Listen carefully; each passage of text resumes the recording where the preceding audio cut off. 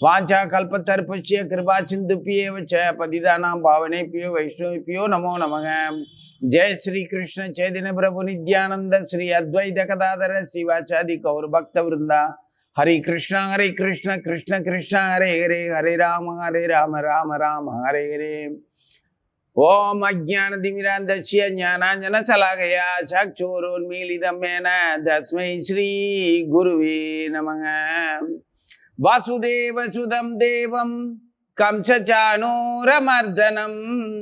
देवकी परमानंदं कृष्णं वंदे जगद्गुरुं। गाद्यायनी महामाये महायोगिनी अधीश्वरी नंदगोप सुदम देवी पदिंदे गुरुदे नमः। ओम नमो भगवते वासुदेवाय।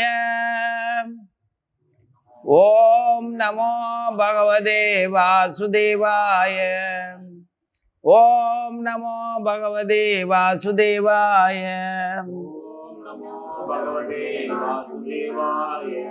श्रीमद् भगवद गीதை 8வது அத்தியாயத்துல 23வது ஸ்லோகத்துக்கு வந்திருக்கிறோம் இன்னைக்கு।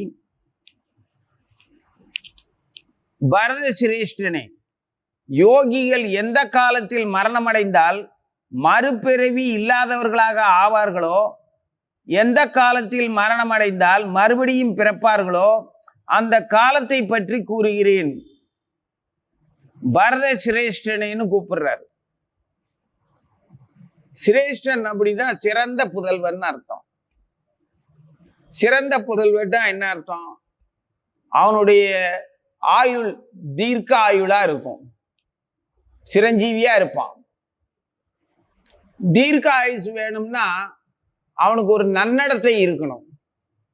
நன்னடத்தை இருக்கணும்னா நல்ல குணம் இருக்கணும்। நல்ல குணம் இருக்கணும்னா நல்ல பிராப்தம் இருக்கணும், பூர்வ ஜென்ம பிராப்தம், நல்ல குடிப்பிறப்பு இருக்கணும்। அப்படி பிராப்தம் இருக்கணும் அப்படின்னா அவனுடைய மனசு பூரா தர்ம சிந்தனை இருக்கணும்। மனம் தர்ம சிந்தனையில லயிச்சு இருக்கணும்।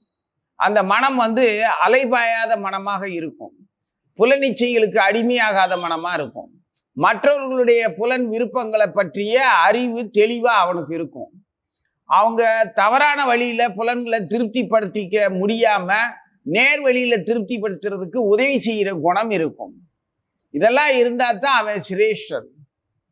பாரத சிரேஷ்டன்னா பாரதத்துல பிறந்த ஒவ்வொருத்தனுக்கும் இந்த தகுதி இருக்கணும், அதுல இவன் சிரேஷ்டன்னு சொல்றாரு। பாரத மக்களுக்கு எல்லாத்துக்குமே உண்டு, அது சிரேஷ்டம்। அதான் பரத சிரேஷ்டனேன்னு சொல்றாரு।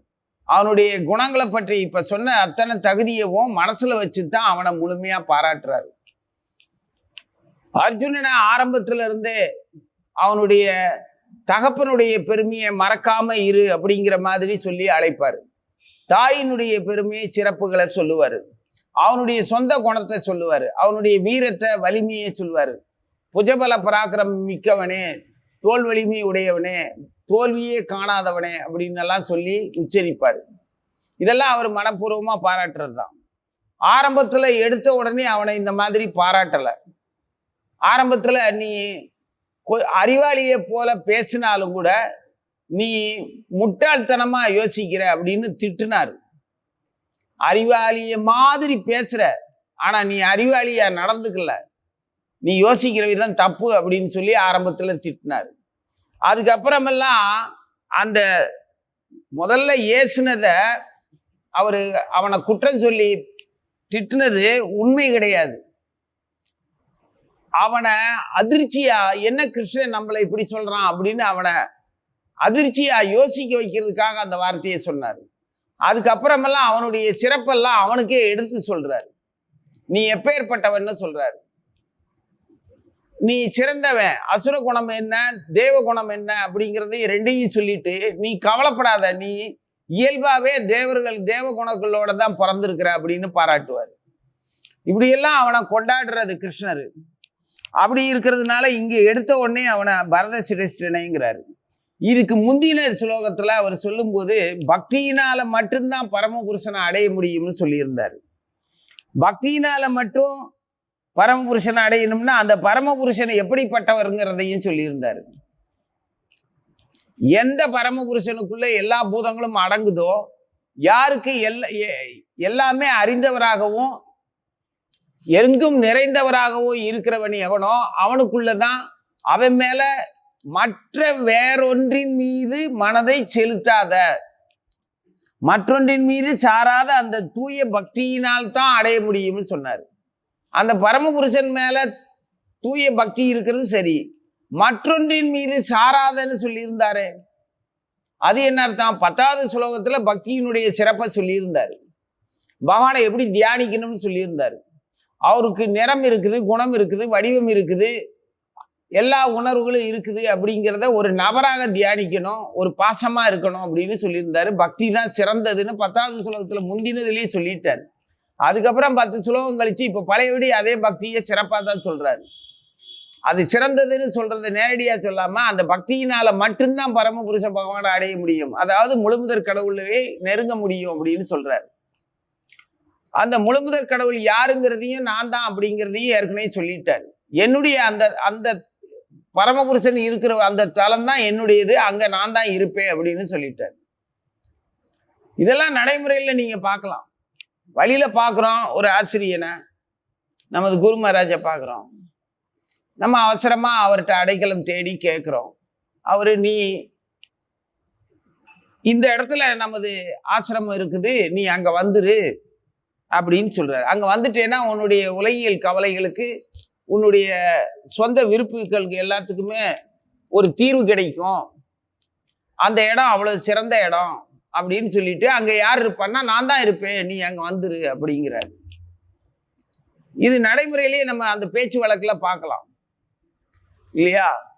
சும்மா உலகியல் வாழ்க்கையிலேயே ஒரு வம்போ வழக்கோ இல்லை அரசாங்கத்துல ஒரு பிணக்கோ இல்லை அக்கம் பக்கத்துல ஒரு இதோ இல்லை குடும்பத்திலேயோ ஒருத்தருக்கு ஒருத்தர் மனப்பிணக்கு ஏதாவது இருந்துச்சு அப்படின்னா, மனஸ்தாபங்கள் இருந்ததுன்னா, அப்ப யாருக்கிட்டையாவது நடுநிலைமையான ஒரு நமக்கு அன்புக்குரியவர்கள் ஒருத்தர்கிட்ட அதிகாரப்பூர்வமா ஒரு தகுதி உள்ள ஒருத்தர்கிட்ட நம்ம அடைக்கலம் தேடி உதவி கேட்டு போனோம்னா அவங்க அப்படி சொல்லுவாங்க, நீ அங்க வந்துரு. வழியில பாக்குறோம், அவசரமான வேலைகளுக்கு இடையில நமக்கும் வேலை இருக்கு, அவங்களுக்கும் வேலை இருக்கு, நேரம் இல்லை, அடுத்த காரியம் முக்கியமானதா இருக்கு. ஏன்னா போர்க்களம் அப்படித்தான் இருக்குது. அதனால அந்த இடத்த பத்தி அவர் சொல்லும்போது அவர் அப்படிதான் சொல்லுவார், நீ அங்க வந்துரு, உனக்கு உன்னோட பிரச்சனைகளுக்கெல்லாம் முடிவு அங்க கிடைக்கும். அந்த இடம் அவ்வளவு சிறப்பான இடம், அமைதியா இருக்கும், ஆனந்தமா இருக்கும், நிரந்தரமா நீ யோசிச்சு முடிவெடுக்கலாம். உனக்கு வேண்டிய உதவிகளை செய்யறதுக்கு அங்க இருக்காரு. அங்க இருக்கிறவங்க யாரோ எப்படிப்பட்டவங்களோ அவங்களுடைய தன்மைகள்லாம் சொல்லிட்டு அந்த இடத்துல நான் தான் இருப்பேன், அது என்னுடைய இடம் தான், அங்க தீர்வு சொல்றதும் நான் தான் அப்படின்னு அப்புறம் சொல்லுவாங்க. அப்புறம் நமக்கு கேட்டுக்கிட்டு இருக்கிற நமக்கு ஒரு தைரியம் வந்துடும். இவர் பாட்டுக்கு அந்த இடத்துக்கு சொல்றாரு, அங்க இருக்கிறவங்களுக்கு நம்மள தெரியலன்னா என்ன செய்ய அப்படின்னு நம்ம தயங்கும் போது அவர் சொல்றாரு, அங்க நான் தான் இருப்பேன்னு சொன்னோம்னா, அப்படியா நீங்க தான் இருப்பீங்களா, அப்புறம் நல்லதா போச்சு அப்படின்னு சொல்லுவோம். அப்படித்தானே?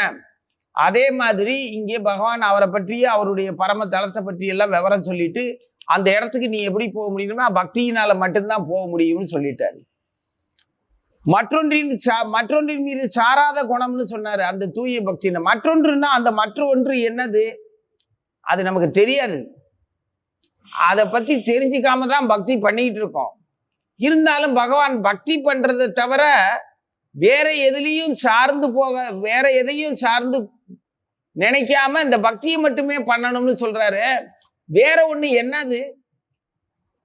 நமக்கு தெரிஞ்சு பக்தி தான், ஏன்னா நம்ம குரு நமக்கு கொடுத்தது அதுதான். வேற என்னது அப்படின்னு கேட்டா, நம்ம பக்தி உண்மையிலேயே பக்தி தான் பண்றோமா, இது பிரியமா, ஆசையா, இல்ல நம்ம சொந்த விருப்பங்களை பக்தியா நினைச்சுக்கிட்டோமா அப்படின்னு சமயத்தில் நமக்கு சந்தேகம் வரும்போது அப்ப பகவான் சொன்ன இந்த வார்த்தை ஞாபகத்துக்கு வரும். மற்றொன்றின் மீது சாராத தூய பக்தியினால் தான் அடைய முடியும்னு சொன்னாரு. அது வேற ஒண்ணு என்னது அப்படின்னா, அல்பமான புலனிச்சைகளை நிறைவேற்றிக்கிறதுக்கான ஆசை. அதை நிறைவேற்றிக்கிறதுக்காக நம்ம குணத்தாலேயோ அறிவாலேயோ முயற்சி பண்றது ஒரு வகையான தமோ குணம், ஒரு தாழ்ந்த நிலை. அப்புறம் அதை வேத இலக்கியங்களே வழிகாட்டி எப்படியெல்லாம் நீ சௌக்கியமான வாழ்க்கையை போகங்களை நேர்மையா அனுபவிக்கலாம், அதுக்கு இயற்கையும் தேவர்களும் முனிவர்களும் மற்ற உன்னுடைய அதிர்ஷ்டங்களும் உனக்கு எப்படி உதவி செய்யும் அப்படிங்கிறதுக்கான வழிமுறைகள் அவங்களுக்கு வணங்கி கேட்டு உன்னுடைய இன்பத்தை பெருக்கிக்கிட்டு சுகபோகமா வாழலாம் அப்படிங்கிறதுக்கான வேதங்கள் வழிகாட்டினது. அந்த ஒரு முறை இருக்குது. அதுல பக்திக்கான முறையும் இருக்குது. பக்திக்கானன்னா பக்தியை வணங்குறதுக்கான இல்ல, அந்த தேவதைகளை பக்தியோட பூஜை செஞ்சு தன்னுடைய விருப்பங்களை நிறைவேற்றிக்கிறது. அது ஒரு வகையான பக்தி, காமிய பக்தி, அந்த கர்ம பக்தி. அதைத்தான் இங்க சொல்றாரு, மற்றொன்றின் மீது சாராத அப்படிங்கிறாரு. அப்போ தன்னுடைய குணத்தினாலேயோ புலன்களை நெறிப்படுத்தாம இச்சைகளை தீர்த்துக்கிறதுக்காக அலைகிற ஒரு வகையான செயல், அது ஒரு குணம். அப்புறம் தன்னோட அதிர்ஷ்டங்களையும் அறிவையும் பயன்படுத்தி தேவர்களையும் முனிவர்களையும் வணங்கி வேத இலக்கியங்களை காட்டின வழியில சுகபோகங்களை அனுபவிக்கிறது ஒரு வகை. அப்புறம் தனக்கு இஷ்டமான தெய்வம், அந்த தெய்வத்துக்கிட்ட பூஜை பண்ணி அந்த தெய்வத்தின் மூலமாக சில தெய்வீகமான இன்பங்களை அனுபவிக்கிற அந்த வகையான பக்தி. ஆக இந்த 3 வகையான வகையிலையும் நாம இகபர சுகங்களை அடையிறதுக்காக பாடுபடுறது தான் இருக்கே தவிர, தூய பக்திக்கான அந்த பாவ புண்ணிய செயல்களுக்கு அப்பாற்பட்ட, சுகபோகங்களுக்கு அப்பாற்பட்ட ஒரு தூய்மையான நிலையை பக்தியை அடையிறதுக்கான செயல்பாடுகள் அது கிடையாது. அதைத்தான் சொல்றாரு, மற்றொன்றின் மீது சாராத பக்தியினால் மட்டும்தான் அந்த பரமபுருஷனை அடைய முடியும்னு சொல்லிட்டாரு. நம்ம எதெல்லாமோ பக்தின்னு நினைச்சுக்குவோம், அதான் மற்றொன்று. இப்போ பரத சிரேஷ்டனைன்னு கூப்பிட்டுட்டு, யோகிகள் எந்த காலத்தில் மரணம் அடைந்தால், சாதாரணமா மரணம் எல்லா ஜீவர்களுக்குமே இருக்குது. எல்லாத்துக்குமே உடல் பெற்ற ஆன்மா உடலை விட்டுட்டு போற நிகழ்ச்சி எந்த உடல்னெல்லாம் கணக்கு இல்லை, எல்லா உடல்லையுமே அந்த மரணம் இருக்குது. அதைத்தான் மரணம் அப்படிங்கிறாங்க. மரணம்னா என்ன அர்த்தம்? சிரவணம் கிடையாது, ஸ்மரணம் கிடையாது, அதுக்கு பேர் மரணம். கேட்கவும் முடியாது, நினைக்கவும் முடியாது. அப்படி ஒரு நிலைக்கு ஜீவன் உடலை விட்டு விலகும் போது அதுக்கு பேர் மரணம்னு அர்த்தம். சிரவணம் கிடையாது, கேட்க முடியாது. ஸ்மரணம், நினைக்க முடியாது. அப்போ சிரவணமும் கேட்கவும் நினைக்கவும் முடியாத ஒரு நிலை ஒரு ஜீவனுக்கு வந்துச்சுன்னா அதுக்கு பேர் மரணம். அது உடலோட அவன் இருந்தாலும் சரி, உடலை விட்டு வெளியில போனதுக்கு அப்புறம்னாலும் சரி, இருக்கும் போதே, உடல்ல இருக்கும் போதே அவன் நல்ல வார்த்தையை கேட்கலன்னா, நல்ல விஷயங்களை சிந்திக்கலன்னா, அந்த நல்ல வார்த்தை நல்ல விஷயம்ங்கிறது என்னது? நல்லதுன்னா நம்ம இஷ்டத்துக்கு நினைச்சுக்கிறதெல்லாம் நல்லது இல்லை. எது ஒன்ன இந்த மரணம்ங்கிற நிகழ்ச்சியிலையும் ஒன்ன ஞாபகமா வச்சுக்கிறதுக்கு உதவி செய்யுதோ அதுக்கு பேரு தான் நல்லது. நல்லதுன்னு நீ 1000 நினைக்கலாம். எனக்கு இது நல்லது, அது நல்லது, இந்த உலக சுகபோகங்கள் நல்லது, பேரு புகழ் அந்தஸ்து நல்லது, பதவி நல்லது, பணம் நல்லது, சொந்த பந்தம் நல்லது, நான் உடல் வலிமையோட ஆரோக்கியத்தோட இருந்து மற்றவர்களை எல்லாம் ஆட்டி படைக்கிறது எனக்கு நல்லது அப்படின்னு நீ நல்லதுன்னு சொல்லி கண்டதையும் பொல்லது அப்படின்னு கண்டதையும் பயன்படுத்தலாம். ஆனா உண்மையான நல்லது எதுன்னா, நீ மரணத்துக்கு அப்புறமும் கூட உன்னுடைய சிரவணமும் உன்னுடைய ஸ்மரணமும் உன்னுடைய கேள்வியும் உன்னுடைய நினைவும் உனக்கே சொந்தமா இருந்தாதான் இருக்க எது உதவி செய்யுதோ அதுதான் நல்லது. பாவம் ஜனானாம் புண்ணிய கர்மனாம் தே துவந்த மோக நீர்முக்தாம் பஜந்தே மாம்ன்றார். எவர்களுடைய பாவம் புண்ணியங்கள் முப்பிறவியிலும் இப்பிறவியிலும் நல்ல செயல்களில் ஈடுபட்டிலும் முற்றிலும் ஒழிக்கப்பட்டுள்ளதோ அவர்களே எனது பக்தி தொண்டில் முழுமையுடன் ஈடுபடுவார்கள் சொல்லி இருக்கிறார். அப்படின்னா நல்லதுன்னா என்ன அர்த்தம்? அந்த நல்லது ஒரே ஒரு நல்லது தான், மற்றதெல்லாம் நல்லது கிடையாது. அந்த நல்லதெல்லாம் உனக்கு எந்த வகையிலும் உபயோகப்படாது. உனக்கு உபயோகப்பட ஒரே ஒரு நல்லதுன்னா அது அந்த நல்லது என்ன செய்யும்? நினைக்க வைக்கும், கேட்க வைக்கும். அதான் நல்ல வார்த்தைகளை கேட்கறது, நல்லதை நினைக்கிறதுங்கிறது. அது பகவானை பற்றி நினைக்கிறதும் பகவானுடைய வார்த்தைகளை கேட்கறதும் தான். ஆச்சாரியனுடைய வார்த்தைகளை கேட்கறதா. குருமுக பத்ம வாக்கியா சித்தியத்தை கோரியா ஐக்கியா. அதை தவிர வேற எனக்கு எந்த ஆசையும் இல்லை அப்படின்னு சொல்லி பாடி இருக்கிறோம். அவர் எப்படிப்பட்டவரா இருப்பாருன்னா, அவர் நம்மளை எல்லாம் சிந்திக்கிறவர்கள் கிடையாது. அவரை பத்தியும் சிந்திக்க மாட்டார், நம்மளை பத்தியும் சிந்திக்க மாட்டார். பகவானை பற்றி மட்டும்தான் சிந்திச்சுக்கிட்டு இருப்பாரு. பகவானைத்தான் எல்லா இடத்துலையும் பார்ப்பாரு. எங்கும் எதிலும் எப்பொழுதும் எந்த சப்தத்திலையும் அவரைத்தான் பார்ப்பாரு. அப்படிப்பட்ட குரு அவருடைய திருமுகத்திலிருந்து வர்ற வார்த்தைகள் தான் என்னுடைய சித்தத்துல நிரம்பி இருக்கும் அப்படின்னு சொல்றது. அது ஒண்ணுதான் நல்லது. அந்த நல்லதை கேட்கறதுக்கும் நினைக்கிறதுக்கும் அப்படிங்கிறதுல நிலைத்த தன்மையில இருக்கிறவங்க தான் யோகிகள். அவன் கர்ம யோகியோ, ஞான யோகியோ, பக்தி யோகியோ.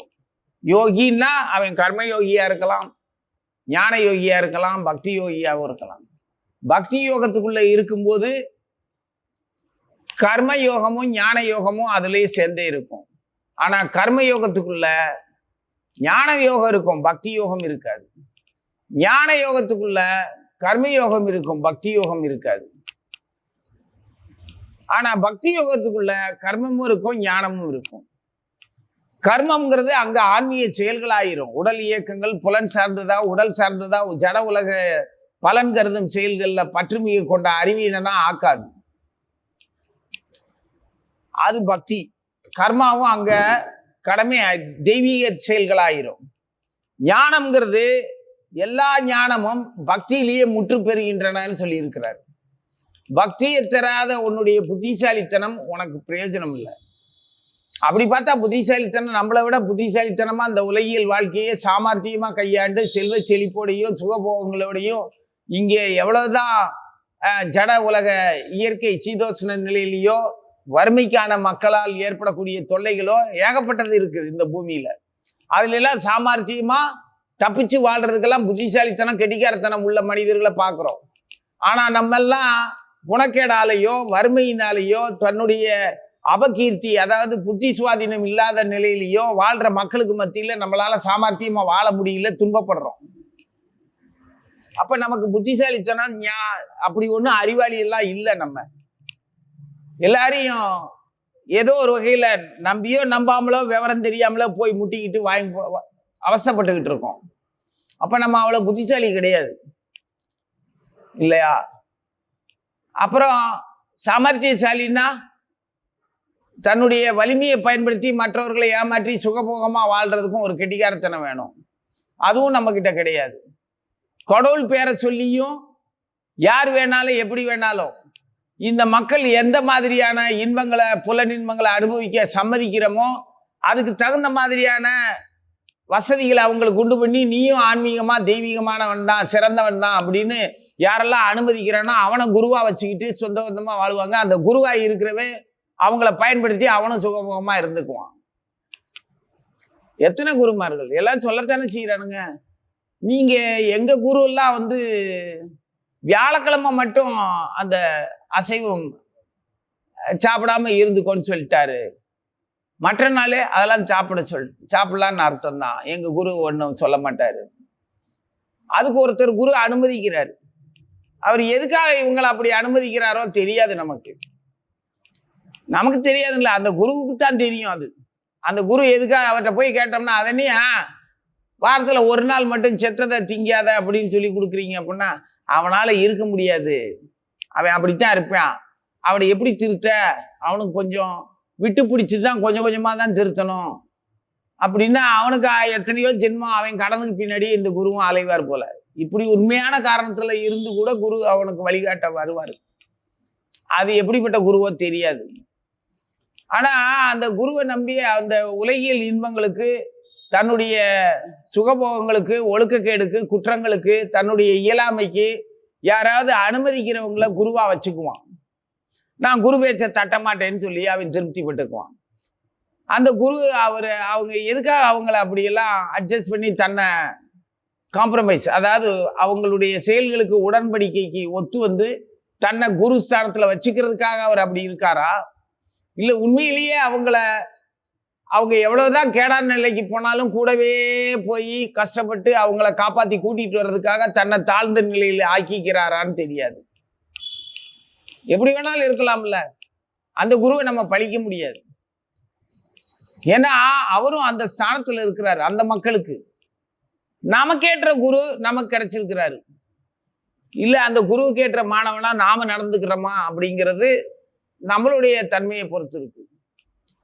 நமக்கு இதெல்லாம் பிடிச்சிருக்குது. ஏன்னா நாம தவறுகள் நிரம்பியவர்கள். நம்மள பரவாயில்ல, நீ அந்த தவறுகளை எல்லாம் இருந்தாலும் கூட நீ சிறந்தவன் தான்னு நம்ம குரு சொல்ல மாட்டாரு. செருப்பால் அடிக்கிற மாதிரி உச்சியில அடிச்சு சொல்லிடுவாரு, கெட்டிக்காரத்து தப்பு தப்புன்னு சொல்லி கொடுத்துருவாரு. நம்மளுக்காக அவரு தவறானதெல்லாம் நம்ம கிட்ட கோபப்படாம மழுப்பலா பேசி நம்மளை தட்டி கொடுத்தெல்லாம் கூட்டிட்டு போக மாட்டாரு, கடுமையா கண்டிப்பாரு. அப்படிப்பட்ட குருவை நாம விரும்புகிறோம். குருவுக்கு ஏற்ற மாணவனா நம்ம ஆகலைன்னாலும் குருவினுடைய தண்டனைக்கு ஆளாகிறதுக்கு நமக்கு சம்மதிக்க விருப்பமாகுது. அதனால நமக்கு குரு இப்படி இல்லையா? நம்மளை கண்டிக்கவே கூடாது. நான் என்ன பண்ணாலும் என் குரு ஓகே சொல்லிடணும். நான் குரு பக்தியில இருக்கிறதா என்னைய நான் நம்பிக்கிட்டு நிம்மதியா இருக்கணும். அப்படிப்பட்ட குரு தான் எனக்கு வேணும்னு இருக்கிறவங்க நிறைய பேர் இருக்காங்க. இதெல்லாம் பார்த்து நம்ம மற்றொன்றின் மீது சாராத அப்படிங்கிறதுக்குள்ள இதெல்லாம் வரும். இதெல்லாம் பார்த்து நம்ம ஒரு மனசை சமாதானப்படுத்திக்கிட்டு நமக்கு நாமளே தப்பான முடிவுகளுக்கு சார்ந்து போயிடக்கூடாது. அது வேதங்கள் வழிகாட்டினாலும் சரி, மற்ற தெய்வங்கள் வழிகாட்டினாலும் சரி, தேவர்கள் வழிகாட்டினாலும் சரி, நமது குறுக்கு புத்தி வழிகாட்டினாலும் சரி, அந்த சுகபோகங்களுக்காக சௌரியங்களுக்காக துன்பத்துக்கு அஞ்சி தவறான பாதையில போயிடக்கூடாது, இன்பத்து மேல ஆசைப்பட்டு. அதுதான் மற்றொன்றின் மீது சாராத பக்தின்றார். நாரத பக்தி சூத்திரத்துல நாரதர் சொல்றது, எப்ப நாம கிருஷ்ணரை நினைக்க முடியாம மறந்து போய் உலகியல் ஆசாபாசங்களை கவனம் இல்லாம உலகியல் ஆசாபாசங்களை கவனத்தோட இருந்து எப்ப பகவத் சிந்தனையை மறந்து போறோமோ, ஸ்மரணம் அப்படிங்கிறது சிரவணம் ஸ்மரணம் இல்லாம இருக்கும்போது, ஐயோ இவ்வளவு நேரம் நம்ம பகவானை பற்றியும் நம்ம குருவை பற்றியும் குருவும் கிருஷ்ணரும் சொன்ன வார்த்தைகளை அந்த மனோபாவத்துல இல்லாம கொஞ்சம் அசந்துட்டோமே, ஆஹா அப்படின்னு சொல்லி வழிப்போக்குல இருக்க வழிப்போக்கர்கள் காட்டுற வித்தைகள்ல மனசு மயங்கி நல்லா இருக்குதே அப்படின்னு பார்த்து ரசிச்சுட்டோமே அப்படின்னு சொல்லி நம்ம மனம் வியாகுலம் அடைந்தால், வேதனை அடைந்தால், விரக்தி அடைந்தால், குற்ற உணர்ச்சியில நடுங்கினால் அதுக்கு பேர் பக்தின்றார். நாரதர் சொல்ற இலக்கணப்படி பார்த்தோம்னா எது பக்திங்கிறது நமக்கு புரியும். எப்ப நான் உன்னை மறக்கிறேனோ அப்போ உன்னை விட்டு உன்னுடைய நினைவு இல்லாம நான் என் நினைவுல இருந்துட்டனோ அப்ப நான் உங்ககிட்ட அன்புல நான் குறைஞ்சிட்டேன்னு தானே அர்த்தம், உன் மேல வச்சிருக்கிற அன்பு மேல. அப்போ உங்க மேல எனக்கு அன்பு இருந்ததுன்னா எப்பவுமே உங்க நினைவு எனக்கு இருந்துகிட்டு இருக்கும். எப்போ உங்களை மறந்துட்டனோ, ஐயோ பிள்ளையை தொற்றுல போட்டு வந்தனே எனக்கு ஞாபகமே இல்லை மறந்துட்டேன் அப்படின்னு ஒரு ஆத்தா சொல்லிட்டு ரோட்ல நின்று வழியில தண்ணி எடுக்க போன இடத்துல 4 மணி நேரம் பேசிக்கிட்டு இருந்துட்டான்னு வைங்க.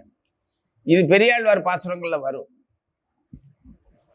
கோபி ஒருத்தி பக்கத்து வீட்டுல நெருப்பு வாங்க போனாலாம். அந்த காலத்துல நெருப்பெல்லாம் ஒவ்வொரு வீடுகள்ல எல்லா வீடுகள்ல இருந்து நெருப்பு சும்மா வாங்கிக்குவாங்க. ஏன்னா தீப்பெட்டி இந்த மாதிரியான நெருப்பு உண்டு பண்ணிக்கக்கூடிய வசதிகள்லாம் கிடையாது. எப்படியும் யார் வீட்லயாவது அக்னி இருக்கும். ஏன்னா யாராவது நிவேதனம் சமையல் பண்ணிட்டு இருப்பாங்க. அப்போ இந்த பெண்கள் வேலைக்கு போயிட்டு வந்தவங்க தான் வீட்டுல நெருப்பு வேணும்னா அடுத்த வீட்டுல நெருப்பு வாங்க போயிருப்பாங்க. இது 4000 திவ்ய பிரபந்தத்தில் உள்ள பாசுரங்கள்ல கிருஷ்ணரை பற்றி அவங்க பேச ஆரம்பிச்ச உடனே அந்த கையில அந்த வீட்டுல இருந்து நெருப்பு வாங்கத்தான் போனேன், உட்காந்து கிருஷ்ணனை பத்தி பேசிக்கிட்டு இருந்துட்டே கையில நெருப்பை வாங்கி வச்சிருக்கிறாங்க. பசுஞ்சாரத்துல எருவாட்டி செஞ்சிருப்பாங்க, அதுல கங்கு இருக்கும். அதை கையில பிடிச்சி ஆடிக்கிட்டு இருந்தா கங்கு கடிஞ்சிக்கிட்டே இருக்கும், கை சுடாது. வெறுமனே அந்த வரட்டியில வச்சுக்கிட்டு இருப்பாங்க. கிருஷ்ணரை பத்தி பேசிக்கிட்டே இருந்தாங்களாம். நேரம் போனதே தெரியல. கணன்னு கணண்டுகிட்டு இருக்கிற கையில நெருப்பு.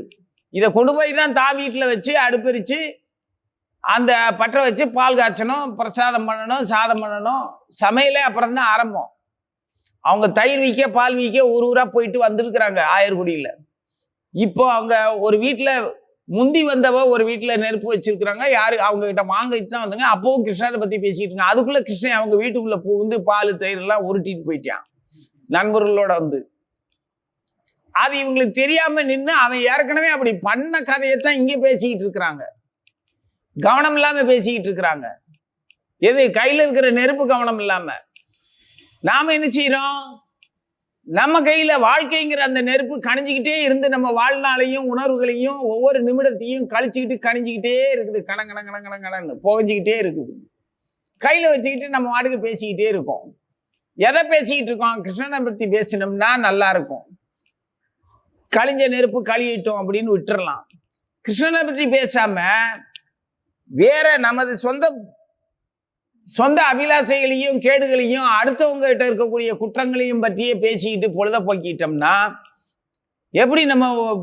எப்படி அந்த நெருப்பு கணியுதோ அதே மாதிரி நம்ம வாழ்நாள் கடிஞ்சுக்கிட்டே போகுது இல்லையா? அந்த சிரவண ஸ்மரணம் இல்லாம போயிடும். அப்படி போனா ஐயோ இவ்வளவு நேரம் நான் இப்படி விட்டுட்டேனேன்னு வருத்தப்பட்டா அதுக்கு பேர் பக்திங்கிறாரு. வருத்தமே இல்லை. அதுக்கு என்ன, இப்போ நான் கொஞ்ச நேரம் பேசிக்கிட்டு இருந்தேன், அது பொறுக்கலையே அவனுக்கு. வீட்டுக்கு வந்து நான் பிள்ளையும் நானும் வாசல்ல நிற்கிறோம். அவன் பிள்ளை டியூஷன் போயிட்டு வந்துட்டான் சாயந்தரம். நான் ஆஃபீஸ் முடிச்சுட்டு வந்துட்டேன். நீ மத்தியானம் வீட்டை பூட்டிட்டு போயிருக்கிற, சாவியும் கொண்டு போயிட்ட. நாங்கள் 2 பேரும் வந்து இவ்வளவு நேரம் 2 மணி நேரமா வாசல்ல உட்காந்துக்கிட்டு இருக்கிறோம். இப்போதான் நீ வார, எங்கடி போயிருந்த அப்படின்னு அந்த குழந்தையும் அப்பாவும் கேட்குறாங்க. அந்த பொண்ணு அதுக்கு என்ன, இப்போ வீட்டு வாசல்ல தானே இருக்க, போன இடத்துல கொஞ்சம் பேசிக்கிட்டு இருந்தேன், அது ரொம்ப நாள் கழிச்சு என் ஃப்ரெண்டு கிட்ட பேசினா உனக்கு பொறுக்காதே அப்படின்னு சொல்லிட்டு அந்த குற்றத்தை உணராமலே அவ கதை திறந்து இதுக்கிட்ட ஆளுக்கு ஒரு சாவி வச்சுக்கணுங்கிறது அப்படின்னு சொல்லி அதுக்கு ஒரு காரணத்தை சொல்லிட்டு உள்ள போறாங்கன்னா, குற்றத்தை உணராத அந்த ஜென்மத்தை வச்சுக்கிட்டு எப்படி குடும்பம் நடத்த? அதே சமயத்துல ஐயோ இவ்வளவு நேரம் ஆயிடுச்சே, ஐயோ நான் உங்களை நிக்க வச்சுட்டேனே, நான் கடைக்கு போயிருந்தேன், கூட்டத்துல மாட்டிக்கிட்டே இவ்வளவு சிரமப்பட்டேன் அப்படின்னு சொன்னா, பரவாயில்லம்மா அதை பத்தி ஒண்ணும் இல்லை, நீ வீட்டுக்காக அவ்வளவு தூரம் போய் கஷ்டப்பட்டிருக்கியே அப்படின்னு சொல்லி இவனுக்கு அவங்க மேல ஒரு அன்பு வரும். நான் தபிச்சுக்கிட்டு ஓடி வந்தேன், பிள்ளை வந்திருப்பானே, நீங்களும் வந்திருப்பீங்களே, வாசல்ல காத்திருப்பீங்களே, நான் சாவியை கொண்டு வந்துட்டேனே அப்படின்னு நான் ரொம்ப கஷ்டப்பட்டேன் அப்படின்னு சொன்னா அதுவும் மனுஷி இல்லையா? யாராவது ஒருத்தரை காக்க வச்சுட்டு அதை பத்தி கவனமே இல்லாம இருந்தா என்ன அர்த்தம்? நீ தினசரி வாராய் கண்ணா அப்படின்னு பாடுற, விதவிதமா பாடுறோம், நினைக்கிறோம், தினசரி பாகவதம் பகவத்கீதை படிக்கிறோம். அந்த படிக்கிற அந்த 5 நிமிஷம் 10 நிமிஷம் மட்டுமே நம்ம நினைவுல பகவான் இருக்கிறாரு, அப்படி சொன்னாரு இப்படி சொன்னாருன்னு நம்மளை நாமளே தேர்த்திக்கிட்டு நம்மளை நாமளே பெருமையா நினைச்சுக்கிட்டு எங்க குருவை பத்தி எல்லாத்தையும் படிச்சுட்டு எல்லாம் முடிச்சதுக்கு அப்புறம் போய் சாப்பிட்டு படிச்சு தூங்கிட்டு மறுநாள் காலையில இருந்து நாயா பேயா எந்த கவனம் இல்லாம பேத்தனமா அலைஞ்சிக்கிட்டு இருந்தோம்னா, பகவான் எங்கும் நிறைந்த பகவான், உள்ளும் புறமுமாய் எல்லா இடத்துலையும் நிறைஞ்சிருக்கிற பகவான், அவருடைய வாக்கு எல்லாம் சத்திய வாக்காக, குருவினுடைய வார்த்தைகள்லாம் சத்தியமா வீண் போகாத சொற்களாகல, சிந்தனையால, நினைவால அவ்வளவு பாசமா இருந்துட்டு கொஞ்சம் கூட அந்த அடையாளமே இல்லாம ஒரு நாய் பூனை மாதிரி குலைச்சிக்கிட்டோம், முணங்கிக்கிட்டோம், ஒளிஞ்சுக்கிட்டோம், புலனிச்சைக்கு பின்னாடி அலைஞ்சிக்கிட்டோம், ஒரு போராடிக்கிட்டு வாழ்றான்னா கூடவே பின்னாடி வந்துகிட்டு இருக்கிற பகவான் இவன் தான் நேற்று அப்படி இருந்தவனா? யோசிப்பார்ல. அவர் யோசிக்கிறது விடுங்க, அவருடைய வைபவங்கள் சங்கு சக்கரத்துல இருந்து, உடைவாள்ல இருந்து, அவருடைய ஆபரணங்கள்ல இருந்து, மகர குண்டலத்துல இருந்து, கௌசுவ குறியில இருந்து, இடுப்பு வஸ்திரத்துல இருந்து, சலங்கையில இருந்து அத்தனையுமே பக்தர்களா தேவர்களா நம்ம கூடவே சுத்திக்கிட்டு இருப்பாங்களே. சக்கரத்தாழ்வார் தலைக்கு மேல இருப்பாரு சுதர்சன சக்கரர், சுதர்சனம் இருப்பாரு. சுத்த தரிசனம் உனக்கு கொடுத்தனடா, இப்ப நீ அந்த தரிசனத்தை விட்டு போட்டு வேற எதையோ கேடுதனமா அப்படி அழுக்கு கண்ணோட அழுக்க பார்த்துக்கிட்டு இருக்கியடா, கருப்பா ஒரு கண்ணாடியை போட்டுக்கிட்டு உலகத்தையே கருப்பா பார்த்துக்கிட்டு இருக்கியடா முட்டாளே அப்படின்னு சொல்லி எல்லாவனுமே கண்டிப்பாங்களே. பின்னாடி பகவான் வந்து கண்டிக்கிறது அப்புறம் பார்த்துக்குவோம். ஜெய விஜயர்கள்ல இருந்து நம்ம குருவுல இருந்து ஐயா நம்ம கூடவே இருக்கிற புலனிச்சைக்கு அதிகாரியான, நம்ம உடலுக்கு அதிகாரியான சொடலமாடே கூட இருப்பானே, நாளைக்கு இந்த சரீரத்தை கொண்டு கொளுத்தும் போது அவன் குத்துவானே. ஏண்டா மூதேவி, இந்த சரீரத்துல இருந்துக்கிட்டு தானே பண்ண, இந்த நான் கொளுத்திக்கிட்டு இருக்கிறேன், அங்க இருந்து கதறிக்கிட்டு இருக்க, போரியா என்ன வேணுங்கன்னு அவன் அடிக்க வருவானே. இவங்கெல்லாம் கூட தானே இருப்பாங்க. ஏன்னா நீ பகவத்கீதை படிச்சுட்ட, பகவானை பத்தி நினைச்சிட்ட, பகவானுக்கு சொந்தக்காரனா உன்னை நம்புற நினைக்கிற, அந்த கொஞ்ச நேரத்துல நீ பகவானுடைய தொண்டனா அடியவனா ஆச்சாரியனுடைய சொல்லுக்கு கட்டுப்பட்டவனா தூய்மையானவனா ஆயிட்ட. அதுக்கப்புறம் நீ அப்படி இருந்தேன்னா அப்போ அவங்கதான் உன் கூட எப்பவுமே இருக்கானே. சும்மாவா பாடுறோம், ஜெகநாத சுவாமி நயனபதகாமி பாவதுமேன்னு அந்த சொல்லுக்கு, நம்ம சொல்லுக்கு கட்டுப்பட்டு அவர் நம்மளை பார்த்துக்கிட்டே இருக்கிறாரு. அவருடைய பார்வைக்கு முன்பாகவே இருக்கிறது தான் என்னுடைய விருப்பம்னு சொல்லியிருக்கமே. அப்படித்தான் நீங்க என்னை வச்சிருக்கணும், என்னை விட்டுறக்கூடாதுன்னு அவர்கிட்டயே சொல்லியிருக்கமே. அப்ப அவர் பார்த்துக்கிட்டு தானே இருப்பாரு. அப்ப நம்ம பொறுப்பு இல்லாம அப்படி தெரிஞ்சோம்னா அது எந்த மாதிரியான வகை? அப்போ அதை நினைச்சு பார்த்து வருத்தப்பட்டோம்னா, ஐயோ நான் மறந்துட்டேனே, என்னைய பார்த்துக்கிட்டே இரு பகவானேன்னு சொல்லிட்டு என்னைய பார்த்துக்கிட்டே இருக்கிற பகவானை நான் மறந்துட்டு இப்படி நாயா பேயா தெருவில் தெரிஞ்சிட்டேனே. அல்லும் பகலுமா நேரத்துக்கு ஒரு புத்தியோட நான் இப்படி இருந்துட்டேனே, என்ன கேடான்னு நினைக்கிறேன்னா வருத்தப்பட்டு அழுது வியாகுலம் அடைஞ்சு, நீ கொடுத்த சுதந்திரத்துல நான் என்ன தவற விட்டுட்டேன் கண்ணா அப்படின்ட்டு வந்தேன். அதுக்கு என்ன பரவாயில்ல, நான் உன் கூடவே இருக்கேன், உன்னை பார்த்துக்கிட்டே தான் இருக்கிறேன். நீ ரொம்பெல்லாம் பெரிய போக்கிரித்தனம்லாம் பண்ணிட்டு வீணா போற நிலைமைக்கு போற அளவுக்கெல்லாம் உன்னை நான் விட்டுற மாட்டேன், சுண்டி இழுத்துற மாட்டேன், தூக்கிடுவேல்ல. ஆமா கண்ணா, நான் கூட நான் நினைச்சதெல்லாம் ஒண்ணுமே நடக்கலையா, அதுக்கு நான் வருத்தப்பட்டுக்கிட்டு இருந்தேன்னா இப்பதான் தெரியுது. அதெல்லாம் நடக்க விடாம, நான் ஆசைப்பட்டதெல்லாம் எனக்கு கிடைக்க விடாம என்னை நீ காப்பாத்திட்ட. அதெல்லாம் கிடைச்சிருந்ததுன்னா இன்னும் கேடான நாயா போயிருப்பேன், நல்ல வேளை என்ன காப்பாத்திட்ட அப்படின்னு சொல்லி ஆறுதல் பட்டுக்குவோம். மறுநாள் பழையபடி நாயா போய் நான் நினைச்சது ஒண்ணுமே நடக்க மாட்டேங்குது, எனக்கு எதுவுமே கிடைக்க மாட்டேங்குது, அவன் என்னைய பார்த்து குலைக்கிறான், நானும் பதிலுக்கு குலைக்கிறேன், அவன் பயப்படவே மாட்டேங்கான் அப்படின்னு மறுநாள் பழையபடி திரும்ப கிருஷ்ணன் வந்து ஐயோ நான் அப்படி போயிட்டேனே கிருஷ்ணா அப்படின்னோடனே, நானும் பார்த்துட்டு தான் இருந்தேன் அப்படிமா, நீ அப்படித்தான் குலைச்ச, இன்னும் கொஞ்சம் நல்லா குலைச்சிருந்தேன்னா அவன் ஓடி இருப்பான், ஆனா உன்னால நல்லா குலைக்க முடியாது. ஏன்னா உனக்கு அப்படி போக்கிரித்தனம் உன்னோட இயல்புல இல்லை, நீ என் மேல பிரியம் வச்சிருக்கியா, அதனால அவனுக்குள்ளேயும் நானே இருப்பேன்னு உனக்கு ஒரு சந்தேகம் பயம் வந்துருச்சு. அதனால உன்னால அவனுடைய துயரமான செயல்களை பார்த்து போக்கிரித்தனமான செயல்களை பார்த்து உனக்கு அழுகுதான் வருதே தவிர வீரமா அவன்கிட்ட பதிலுக்கு கடிச்சு கொதறதுக்கு உனக்கு வரமாட்டேங்குது. அப்புறம் எதுக்கு நீ அங்க போயிட்டு இருக்க அப்படின்னு மெதுவா சொல்லி கொடுப்பான். கிருஷ்ணன் தான் அப்படி சொல்லி கொடுப்பான், நம்ம குருலாம் அப்படி சொல்லி கொடுக்க மாட்டாரு.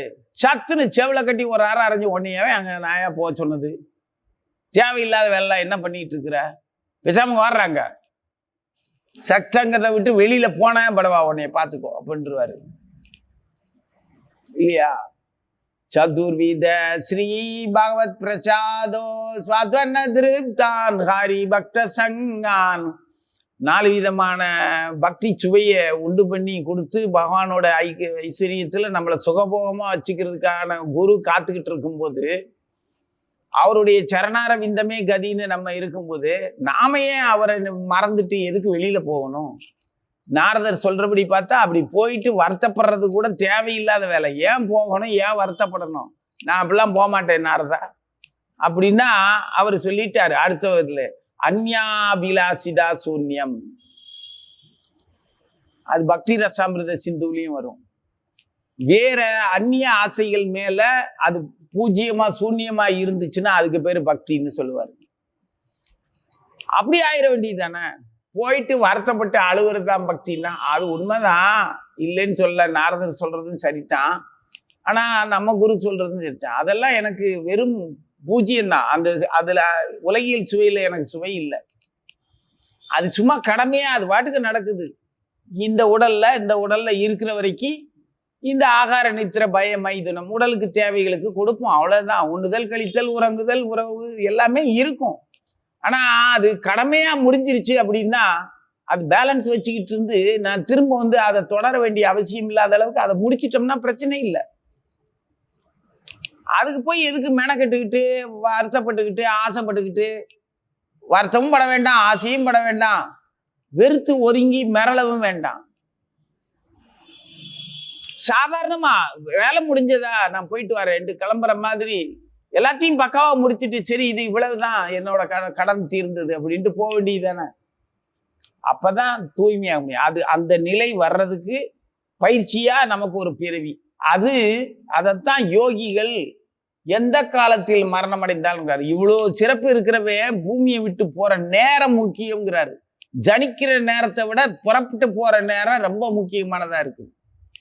ஜனன நேரம் நிர்ணயம் பண்றதே மரண நேரம் தாங்கிறாரு. இந்த மரண நேரத்தை சரியா பார்த்துக்கிட்டேன்னா உனக்கு நல்லதுன்னு சொல்றாரு. இவங்கெல்லாம் இப்ப சாவ போறாங்க. யாரு போர்க்களத்துல இங்க இருக்கிறவங்க அத்தனை பேருமே மரணத்தை நோக்கி தான் இங்க வந்திருக்கிறாங்க. கடமையே அங்க என்ன இருக்கு? வாழ்க்கையே எதை நோக்கி போகுது? மரணத்தை நோக்கி போகுது. அவனுக்கு எந்த நேரத்துல எந்த விதமான மரணம் கிடைக்கும்? கை கால் போய் உடல் சிதைஞ்சு போறானா, இல்ல பயத்திலேயே மூர்ச்சையாகி உயிர் விட்டுறானா, உறக்கத்துல போயிடுறானா, இல்ல வேற ஏதாவது புலன்கள் வழியாக இருக்கிற 9 வாட்டையில எந்த துவாரத்தின் வழியா வெளியேறி போறானோ ஜீவன், உடல் சிதைக்கப்பட்டு போறானா, இருக்கிற துவாரங்களே 9 வாசல் கொண்ட இந்த நகரத்துல இருந்து எப்படி அவன் வெளியேறாங்கிற அந்த நேரத்தை சொல்ற. அப்போ அந்த நேரம் எவ்வளவு முக்கியமானதா இருந்ததுன்னா, யோகிகளில்தான் சொல்றாரு இங்க. யோகிகள் எந்த காலத்தில் மரணம் அடைந்தால் மறுபிறவி இல்லாத, அடுத்து ஒரு ஜனனம் இல்லாத ஆவார்களோ, எந்த காலத்தில் மரணம் அடைந்தால் மறுபடியும் ஜனிப்பார்களோ, அந்த காலத்தை நான் உனக்கு சொல்றேன், கவனமா கேளுங்கிறாரு. அந்த காலத்தை பற்றி கேட்கறதுக்கு தயாரா இருக்கணும்ன்றாரு.